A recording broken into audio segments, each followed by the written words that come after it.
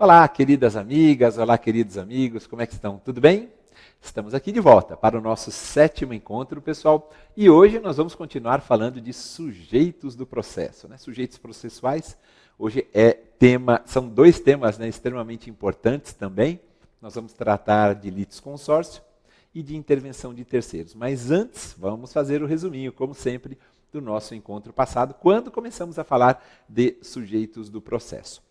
Meus amigos, nós começamos tratando daquela distinção entre capacidade de ser parte e capacidade de estar em juízo. É muito importante nós fazermos essa distinção. Eu me recordo até de ter, salvo engano, ingressado um pouquinho e falando, né, um pouquinho a respeito da capacidade postulatória, né, aquele que detenha o ius postulante. Então nós fechamos tanto capacidade de ser parte, capacidade de estar em juízo, e também capacidade postulatória.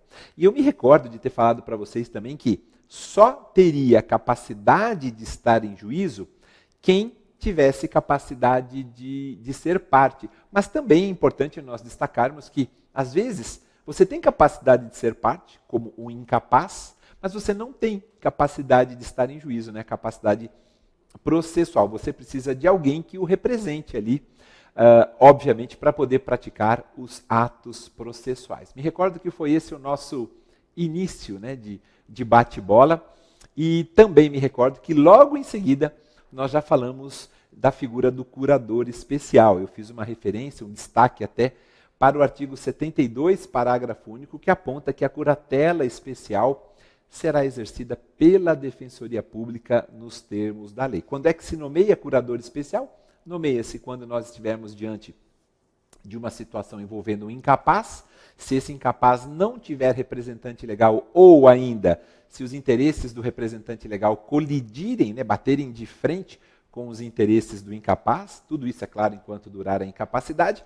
E também afirmamos que será necessária a nomeação de curador especial também ao réu preso revel, bem como ao réu revel, também que tenha sido citado mediante citação ficta, né, por edital ou com hora certa, enquanto não for constituído o respectivo advogado. Falamos um pouquinho da função do curador especial, qual é o papel dele, e falamos também que não é em todos os lugares que nós temos defensoria pública. Por isso, muitas das vezes o curador especial acaba sendo, né, constituído na pessoa de um advogado, que cumula ali os dois papéis, né, na verdade. Ele detém o ius postulandi e, ao mesmo tempo, ele acaba sendo o curador especial. Falamos também da questão envolvendo os cônjuges. Os cônjuges. Extremamente importante aquela leitura do artigo 73.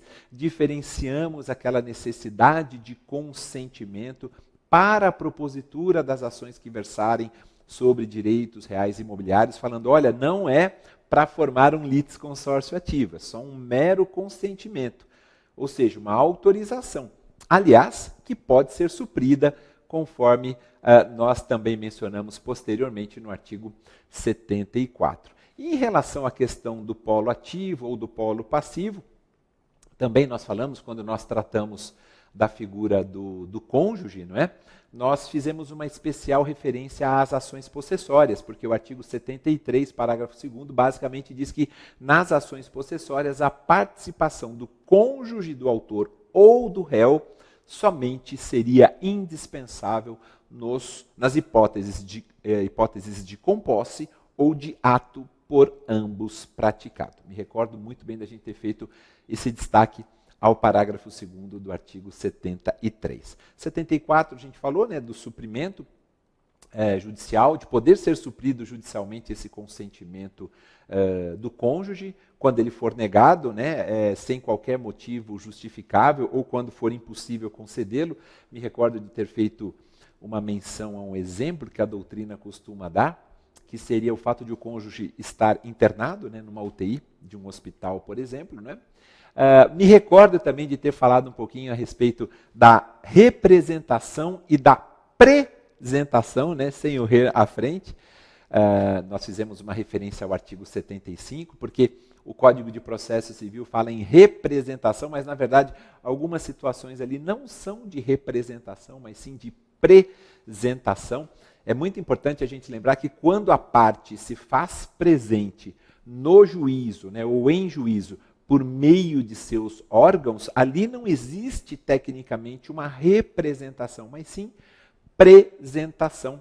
E aí nós fizemos algumas referências, né, como aquelas dos incisos 1º, 2º, 3º, 4º, 7º e o inciso 9º. Ali são hipóteses de apresentação e não de representação. Maurício, é importante eu saber isso? É, porque isso já foi perguntado em prova objetiva, já foi perguntado em prova discursiva e também em prova oral. A possibilidade também, meus amigos, depois eu me recordo de ter conversado com vocês, a possibilidade de sanar vícios relacionados à incapacidade processual ou à irregularidade da representação da própria parte, o juiz suspendendo o processo e concedendo um prazo razoável para que seja sanado o vício, tanto em 1º grau quanto em 2º grau, tudo isso lá no artigo 76, ou seja, vamos conceder esta possibilidade por conta até mesmo do princípio da primazia do julgamento de mérito, né? Nós queremos fazer de tudo para que o mérito seja analisado. Se o vício é sanável, vamos corrigi-lo, né? Vamos sanar. Também invoquei depois, amigos, eu me recordo que eu nem coloquei slide, posso estar enganado, mas eu me recordo de não ter colocado slide, quando nós falamos dos deveres das partes e dos seus procuradores, fazendo uma referência ao artigo 77, que diz que são deveres das partes, dos seus procuradores, ou de todos aqueles que de alguma forma participam do processo, aí li, inclusive, os incisos pertinentes do artigo 77, para depois invocar o 80, que aponta as hipóteses de litigância de má-fé, todas são muito importantes, e o 81, com as respectivas sanções que podem ser aplicadas nestas hipóteses que nós mencionamos para vocês. Ou seja, nós tratamos ali dos deveres das partes, dos seus procuradores e daqueles que de alguma forma, né, participam do processo. Em seguida, a gente começou a falar um pouquinho da figura dos procuradores. Eu me recordo de ter invocado os artigos 104 e 106, principalmente 104 e 106, porque o 104 é aquele que diz que o advogado não é admitido a postular em juízo sem procuração, exceto, salvo, nas situações ali indicadas no próprio 104, ou seja, quando for para evitar preclusão, para evitar decadência, ou mesmo prescrição, ou para praticar algum ato que possa ser considerado urgente. Inclusive, mencionei que havia um prazo, né, de 15 dias, conforme a própria lei estabelece, para que a procuração fosse exibida nos autos. Se for para praticar estes atos, não há necessidade, não é? Fora isso, evidentemente, que há necessidade de procuração. O advogado não precisa nem prestar caução, não há necessidade de que a caução seja prestada, o advogado, a parte, prestar caução nos autos. O CPC é claro nesse sentido, não é? Também disse, isso no 104 principalmente, em relação ao 106, eu tratei daquelas hipóteses em que o advogado atua em causa própria, não é verdade? Quando postular em causa própria, quais são as incumbências do advogado? Declarar na inicial ou declarar na contestação qual é o seu endereço, qual é o seu número de inscrição nos quadros da OAB e também o nome da sociedade de advogados da qual ele participa, se for o caso, para receber todas as intimações. Comunicar ao juízo qualquer mudança de endereço também. Por quê? Porque isso faz parte do princípio da cooperação. E se o advogado descumpre o disposto no inciso 1º do artigo 106, que é o de indicar o seu endereço, que é o de indicar o número de inscrição nos quadros da OAB, a sociedade de advogados da qual ele participa, o juiz ainda dá uma oportunidade para ele, concede 5 dias. Para quê? Para que ele supra esse vício, isso tudo antes, né, de determinar a citação do réu, e se não for cumprido, evidentemente, isso implicará em indeferimento da inicial. E quanto à não atualização, Maurício, do endereço dele? Ótimo, aí é um problema dele, ele sabe, ótimo que eu digo para nós, né? Para o advogado não é muito bom se ele não atualizar os dados. Por quê? Porque se ele não atualizar os dados em relação à mudança de endereço, serão consideradas válidas todas as intimações encaminhadas por carta registrada ou por meio eletrônico para aquele endereço que consta dos autos. Nós falamos também rapidamente, amigos, da diferença posteriormente, né, entre substituição processual e sucessão processual. Eu até fiz um paralelo dizendo que a substituição processual é sinônimo de legitimidade, legitimação extraordinária, a substituição. E aí invoquei um exemplo do MP, quando ele ajuiza uma ação civil pública, ele atua ali como um legitimado extraordinário. E também mencionei que a sucessão processual difere da substituição processual. Por quê? Porque a sucessão é um fenômeno consubstanciado na substituição, na troca dos sujeitos que compõem os polos da demanda. Sempre que um sujeito compõe o polo ativo ou o polo passivo, sempre que ele é retirado da relação jurídica processual, para que um terceiro tome o seu lugar, nós teremos aquilo que chamamos de sucessão processual. As hipóteses mais comuns envolvem o falecimento da parte, não é? Como nós sabemos, e isso implica na suspensão do processo para que seja, evidentemente, tudo ali ajustado, né? Até porque quando nós tivermos a morte de qualquer das partes, nós teremos a sucessão por seu espólio ou por seus sucessores, observando sempre o disposto no 313, que trata das hipóteses de suspensão do processo, parágrafos 1º e 2º. Falamos também da possibilidade da parte revogar o mandato outorgado a seu advogado, o advogado podendo renunciar ao mandato, também lá no artigo 112 do nosso CPC. E depois nós conversamos também, amigos, a respeito dos poderes do juiz, invocando o 139, falamos rapidamente dos auxiliares da justiça e principalmente daquelas 3 situações relacionadas ao Ministério Público, Advocacia Pública e Defensoria Pública, ou seja, as prerrogativas de prazo em dobro para todas as suas manifestações. Além do prazo em dobro para todas as suas manifestações, nós falamos também da prerrogativa de intimação pessoal, que se dá por carga, remessa ou meio eletrônico. São as formas previstas no nosso CPC. E também a questão da responsabilidade civil, se for o caso, né? A responsabilidade regressiva em face de cada um destes entes, né? Resumidamente, foi isso. Alongamos um pouquinho mais, mas eu não abro mão, amigos, né, de fazer essa revisão com vocês, para que a gente, como eu sempre digo, para que a gente fixe bem esse conteúdo. Perfeito? Começamos sim, a partir de agora, depois desses praticamente aí 12 minutos, né, 13 minutos aí de revisão, começamos sim a nossa temática desse 7º encontro. As nossas 2 temáticas para a gente fechar, sujeitos processuais. Maurício, litisconsórcio. Vamos lá. Vamos começar com o litisconsórcio. O fenômeno do litisconsórcio, podemos assim afirmar, ou o instituto do litisconsórcio, ele diz respeito ao que nós chamamos de elemento subjetivo da relação jurídica processual, mais precisamente às partes. A doutrina, ela é tranquila, ela é bem pacífica, bem sossegada em conceituar o litisconsórcio como a pluralidade de sujeitos num dos polos da relação processual ou em ambos os polos. Por isso que se fala em litisconsórcio ativo, litisconsórcio passivo ou litisconsórcio misto, não é verdade? Quando nós temos essa pluralidade de pessoas tanto no polo ativo quanto no polo passivo. Para a existência do litisconsórcio, meus amigos, é irrelevante, pouco importa a postura no processo dos sujeitos que litigam no mesmo polo, né? Qual é a postura que os 3 que estão no polo ativo adotarão, os 4 que estão no polo passivo. Para a existência do litisconsórcio é irrelevante essa postura, sendo admissível, inclusive, que sejam, às vezes, adversários entre si na demanda judicial. Perfeito, essas são algumas noções introdutórias rápidas que nós temos. E o que é que normalmente a gente acaba percebendo em termos de cobrança, Maurício, nas provas objetivas? Por exemplo, amigos, quando a gente fala do artigo 113, esse é um dispositivo que é comumente cobrado em provas objetivas. O 113 basicamente ele diz assim, olha, 2 ou mais pessoas podem litigar, ou seja, a gente está falando de uma faculdade, né? Então já invoca a ideia do litisconsórcio facultativo.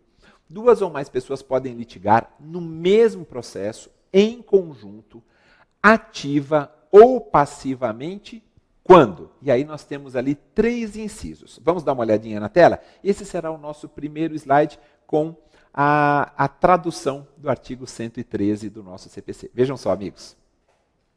Aí está. Quais são as hipóteses? Quando entre elas houver comunhão de direitos ou de obrigações relativamente à lide. Inciso 2º, quando entre as causas houver conexão pelo pedido ou pela causa de pedir, né, só recordando, a conexão se caracteriza justamente isso, quando a gente tem esta identidade em relação ao pedido ou à causa de pedir. Amigos, muito cuidado quando nós tratamos de competência. Nós falamos isso, aliás, fazendo a distinção em relação à conexão em relação à continência. E o inciso 3º, quando ocorrer afinidade de questões por ponto comum de fato ou de direito. Vamos dar uma olhadinha rápida nesses 3 incisos, amigos, no que diz respeito a exemplos. Por exemplo, desculpem a redundância. Inciso 1º, né? É facultativo, né, o litisconsórcio quando entre elas houver comunhão de direitos ou de obrigações, basicamente é isso que está escrito, né, relativamente à demanda, relativamente à lide. Que situação, a título de exemplo, hipotética, a gente poderia pensar, amigos? Olha, o condômino, por exemplo, de um determinado, né, condomínio, ele pode litigar sozinho, mas também pode litigar em conjunto. Por quê? Porque entre os condôminos há uma comunhão de direitos ou de obrigações relativamente à lide. Então esse é um exemplo bastante comum que a gente enquadraria na hipótese do inciso 1º. Dívida solidária, né? Também é um outro exemplo. O credor pode demandar contra todos eles em litisconsórcio, não tem problema algum, porque isso caracteriza a ideia de obrigações, né, relativamente à lide. Se nós temos uma dívida solidária envolvendo 3 pessoas e eu vou litigar contra elas, coloco as 3, posso colocar as 3 no polo passivo. Maurício, se você colocar uma só, ótimo, também se ela vier a ser condenada, ela tem direito de regresso em face dos demais devedores solidários. Então, para o inciso 1º do 113, seriam estes os 2 exemplos que nós traríamos para vocês, queridos amigos. Em relação ao inciso 2º, diz que é possível o litisconsórcio quando entre as causas houver conexão pelo pedido ou pela causa de pedir, que são os elementos identificadores da conexão. Eu posso pensar na seguinte situação, olha, 2 sócios poderão, em conjunto, propor uma demanda contra a sociedade, objetivando a anulação, por exemplo, de uma assembleia. Então nós temos o quê, pessoal? Quando nós nos deparamos com 2 sócios que podem, evidentemente, em conjunto, propor uma demanda contra a sociedade, objetivando a anulação de uma assembleia. Nós temos identidade de pedidos, não é? Então, o litisconsórcio é possível e ele é facultativo quando entre as causas houver conexão pelo pedido ou pela causa de pedir.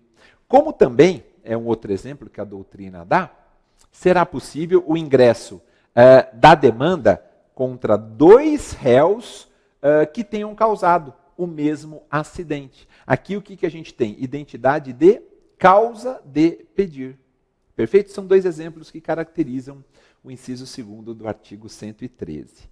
E o inciso 3º, basicamente do 113, ele diz assim, que é possível o litisconsórcio quando ocorrer, é facultativo, quando ocorrer afinidade de questões por um ponto comum de fato ou de direito.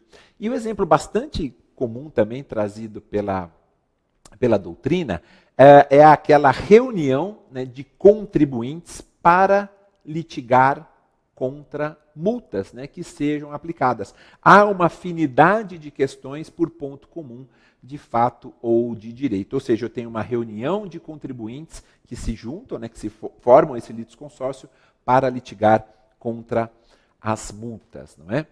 os fatos geradores, evidentemente, dessas multas, ingressando um pouquinho até na seara aí do direito tributário, eles são individualizados, não é? Evidentemente. Mas as multas foram aplicadas pelo mesmo fundamento. Por isso se enquadraria na hipótese do inciso 3º do artigo 113. Tá bom? Agora, o 113, pessoal, também, ele tem 2 parágrafos, nós vimos naquele slide, e nós vamos voltar para eles agora, tá bom? Vocês vão entender por que eles são tão importantes. Vejam só. O parágrafo 1º diz assim, que o juiz poderá limitar o litisconsórcio facultativo quanto ao número de litigantes na fase de conhecimento, na fase de liquidação de sentença ou na execução, quando? Quando este comprometer a rápida solução do litígio ou, muito cuidado, meus amigos, aqui não é a conjunção aditiva, é conjunção alternativa, ou dificultar a defesa ou o cumprimento da sentença. Nós estamos falando, evidentemente, do chamado litisconsórcio multitudinário. Vou repetir a expressão, litisconsórcio multitudinário, na feliz expressão do professor Cândido Rangel Dinamarco. Nós temos ali 2 novidades, esse 113 merece todo o nosso carinho, e principalmente o parágrafo 1º. Por quê? Porque nós temos 2 novidades em relação ao CPC de 1973. E é óbvio que o examinador vai cobrar na nossa prova, como já vem cobrando desde que o nosso CPC entrou em vigência, já vem cobrando desde então as novidades. Ficou expresso, primeira novidade, são 2, tá? Primeira novidade, ficou expresso, queridos amigos, que a limitação em relação ao litisconsórcio multitudinário, ela pode ocorrer tanto na fase de conhecimento, quanto na fase de liquidação de sentença, quanto na fase de execução. Execução, pessoal, significa, abrange, né, tanto cumprimento de sentença, quanto execução de título extrajudicial. Então essa é a primeira novidade, a possibilidade, né, de que essa limitação ocorra em qualquer das fases procedimentais ali indicadas. Fase de conhecimento, liquidação de sentença e também na execução. Pode ser uma fase de cumprimento de sentença, como pode ser execução de título extrajudicial. Ficou bem mais ampla a possibilidade de limitação, embora, ainda que nós não tivéssemos isso previsto no CPC de 73, a doutrina entendia que era perfeitamente cabível. E a segunda novidade, pessoal, do parágrafo 1º, em relação às consequências, não é, do número excessivo de litisconsortes. Quais seriam as consequências quando a gente tem muita gente litigando? Porque a gente está falando de um litisconsórcio de multidão, litisconsórcio multitudinário. A segunda novidade é que o fato nós mantivemos, né, o comprometimento à rápida solução do processo, né, e também a dificuldade no exercício da defesa, nós mantivemos, isso já tinha no CPC revogado, mas nós trouxemos uma terceira hipótese que seria a dificuldade no cumprimento da sentença. Então, é dificuldade no exercício da defesa, comprometimento à rápida solução do processo e também dificuldade no cumprimento da sentença como justificativa para a limitação do número de litisconsortes. Então vejam que interessante, no que o legislador pensou no parágrafo 1º, pessoal? Ele pensou, quando elaborou o CPC de 2015, em ampliar as hipóteses, né, de limitação, para dizer que, não só ampliar, embora, né, isso já era reconhecido, mas não só ampliar para essas hipóteses, como também, como eu disse a vocês, manter as 2 características, né, as 2 consequências decorrentes de um número excessivo de litisconsortes, mas também acrescentar a dificuldade no cumprimento da sentença, como também uma justificativa para a limitação dos litisconsortes. É importante a gente destacar, repito, porque são as novidades, tá certo? Pessoal, e um ponto importante.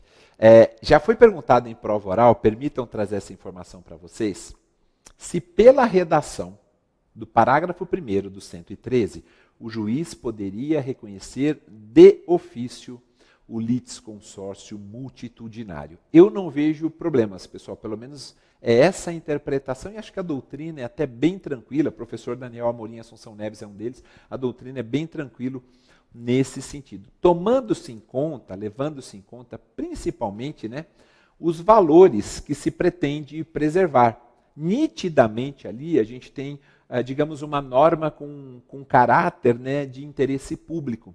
Então eu não vejo problema nenhum que o juiz olhando, falando, poxa, tem muita gente litigando aqui, vamos limitar de ofício, né, sem que haja uma provocação da parte. Mais do que isso, pessoal, a gente tem alguns princípios que estão ali, né, correlacionados. A gente tem o princípio da economia processual, a gente tem o princípio da efetivação das decisões judiciais, até porque tutela atrasada, a gente sabe, é tutela ineficaz.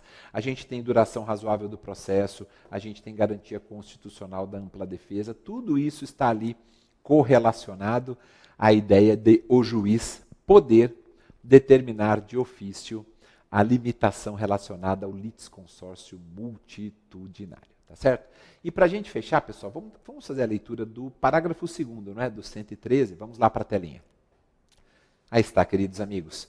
Este requerimento de limitação, que será feito pela parte, ele interrompe o prazo para manifestação ou resposta, que recomeçará do zero, porque é interrupção, não é suspensão, né?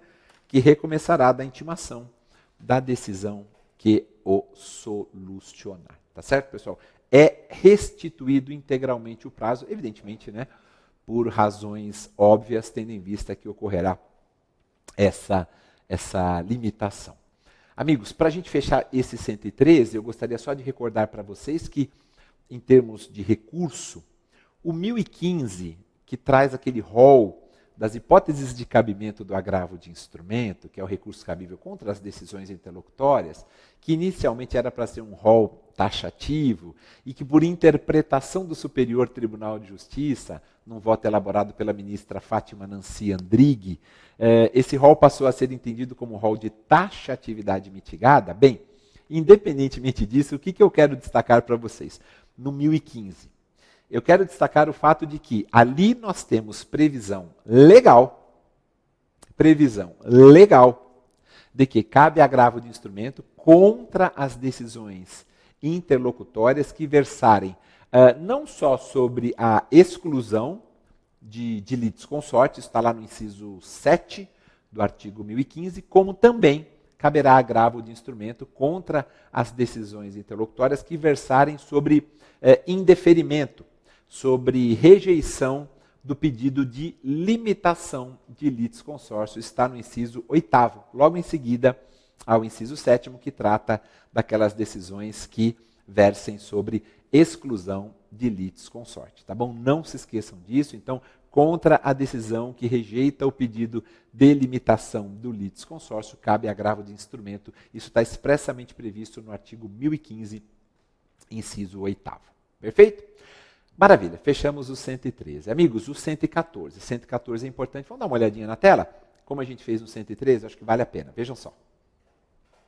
114 diz assim, pessoal, que o litisconsórcio ele será necessário. Quer dizer, a gente sai do facultativo, lá do 113, e a gente passa para o 114, ou seja, que trata do chamado litisconsórcio necessário. Quando é que ele será necessário? Quando assim estiver manifestamente expresso na lei, ou seja, por disposição de lei, ou, nós temos uma outra situação, né?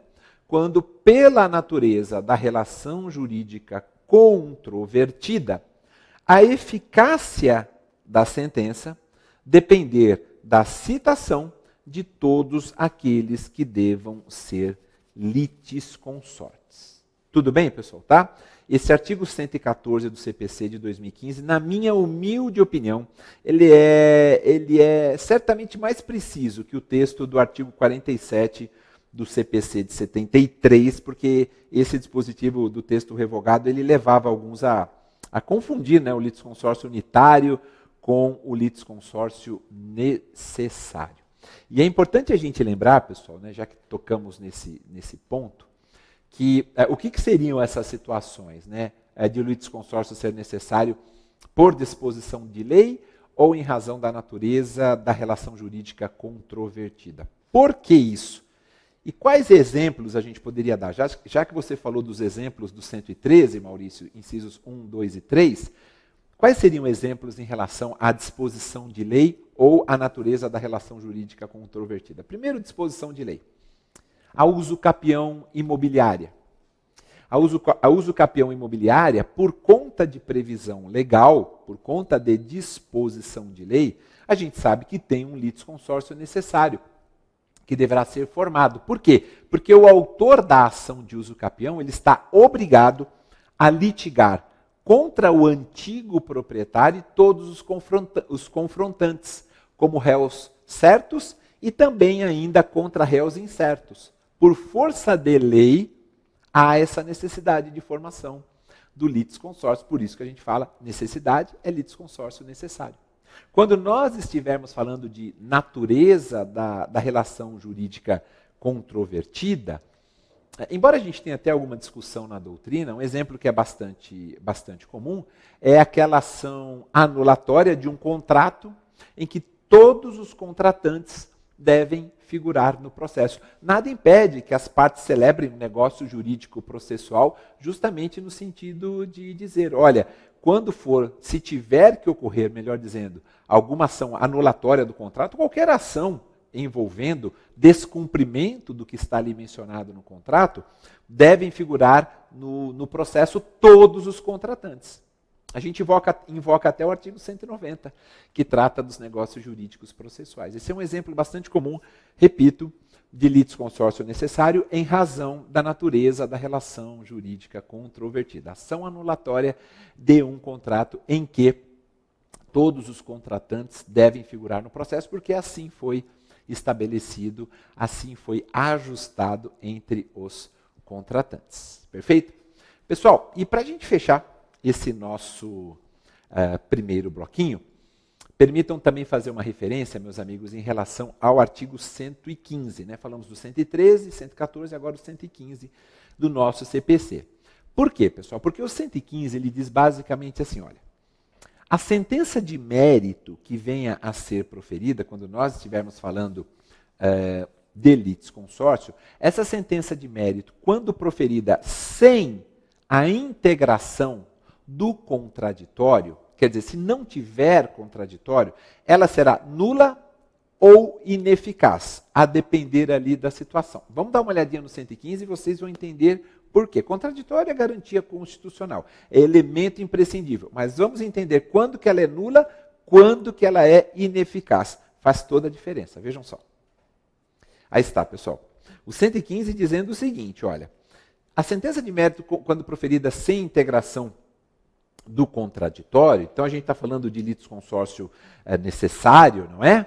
Ela será nula se a decisão deveria ser uniforme em relação a todos que deveriam ter integrado o processo. Quer dizer, a decisão seria uma em relação a todos, com o mesmo efeito, né, em relação a todos. Então, se por acaso não houve a integração do contraditório, em tais hipóteses, não é? Nós teríamos, então, a nulidade dessa sentença de mérito. Nós estamos falando aqui de litisconsórcio necessário unitário, pessoal. Unitário. Perfeito? Em relação ao inciso 2º, a gente afirma que essa sentença de mérito, quando proferida sem integração do contraditório, ela não será nula, ela será ineficaz. Nos outros casos, apenas para quem não tenha sido citado. Aqui a gente está falando de litisconsórcio simples, evidentemente. Tá bom, pessoal? É muito importante, sim, que a gente lembre dessas duas distinções, né? E o parágrafo único dizendo que nos casos de litisconsórcio passivo necessário, o juiz determinará ao autor que requeira a citação de todos que devam ser litisconsortes dentro do prazo que assinar, sob pena de extinção do processo. A gente teria que discutir aqui, pessoal, a ideia de litisconsórcio necessário ativo, que é uma dor de cabeça muito grande. Não é? Como todos vocês sabem, a gente tem uma baita de uma discussão na doutrina, né? Então a gente tem que tomar bastante cuidado com isso, porque efetivamente a gente não tem um posicionamento definido, né, um posicionamento definitivo. Porque a gente fica pensando, né, será que a pessoa é obrigada a demandar, quando eu falo de litisconsórcio necessário ativo? Ninguém é obrigado a demandar, ninguém é obrigado. O parágrafo único do 115, ele diz o quê? Que nesses casos de litisconsórcio passivo necessário, passivo, não é? O juiz determinará ao autor que requeira a citação de todos que devam ser litisconsórcios. Mas e quando a gente pensar na possibilidade de litisconsórcio necessário ativo, não é? É uma situação bastante complicada, mas enfim, amigos, né? A gente tem posicionamento para todos os lados e nós não temos uma uniformização na doutrina. Tampouco nós temos na própria jurisprudência. Alguns entendem que sim, que há essa possibilidade de litisconsórcio necessário ativo, outros entendem que não, outros entendem que dependem, né? Mas o nosso foco aqui tem que ser o parágrafo único do 115, que fala da possibilidade de formação de litisconsórcio passivo necessário. E outro ponto importante, pessoal, quando a gente falar de litisconsórcio necessário, a gente está falando de pluralidade de sujeitos, pensemos também no seguinte, litisconsórcio necessário nem sempre é unitário. O litisconsórcio pode ser necessário e simples. Olhem que interessante, porque a gente parte do seguinte pressuposto, ele é necessário, então a decisão vai ser uniforme em relação a todos que deveriam ter integrado o processo, não é? Essa é a ideia básica que vem na nossa cabeça. Mas a gente tem um exemplo relacionado até a uma situação que eu acabei de mencionar, a uso capião. A uso capião é uma hipótese clara de litisconsórcio necessário e simples. Eu posso ter, na verdade, a depender da decisão que o juiz irá proferir, eu posso ter uma situação definida na sentença, porque nós vamos produzir provas na ação de uso capião, não é? Imobiliária. Eu posso ter uma situação definida em relação ao antigo proprietário, e uma situação completamente diferente em relação a todos os confrontantes. Eu não terei uma decisão uniforme. Então, não posso dizer que o litisconsórcio necessário será sempre unitário. Ele pode ser necessário e também simples, tá certo, pessoal? Então, só para deixar bem claro, por favor, não se esqueçam dessas duas situações, né? De nulidade e também de ineficácia, pessoal. E só para a gente fechar, pessoal, prometo que eu fecho esse bloquinho aqui agora e depois a gente volta para complementar só mais um pouquinho no segundo bloco o Instituto, o fenômeno do litisconsórcio. O 116, eu estou trabalhando os dispositivos porque realmente são importantes. As perguntas que caem sobre litisconsórcio exigem muito conhecimento dos dispositivos de lei. O 116, ele diz assim, pessoal, que o litisconsórcio, basicamente, né, ele será unitário quando, pela natureza da relação jurídica, o juiz tiver de decidir o mérito, né, de modo uniforme para todos os litisconsórcios. Evidentemente que isso difere do litisconsórcio simples, onde nós podemos ter decisões diferentes para as respectivas partes que figurem naquele litisconsórcio que tenha sido ali formado. Tá bom, pessoal? Falta só um pouquinho de litisconsórcio, só para a gente não cansar mais os amigos, que eu sei que é muito tempo aqui, né? Vamos dar uma respiradinha, tomar um golinho d'água, daqui a pouco a gente volta no segundo bloco para a gente arrematar litisconsórcio e já começarmos intervenção de terceiros. Até já, pessoal.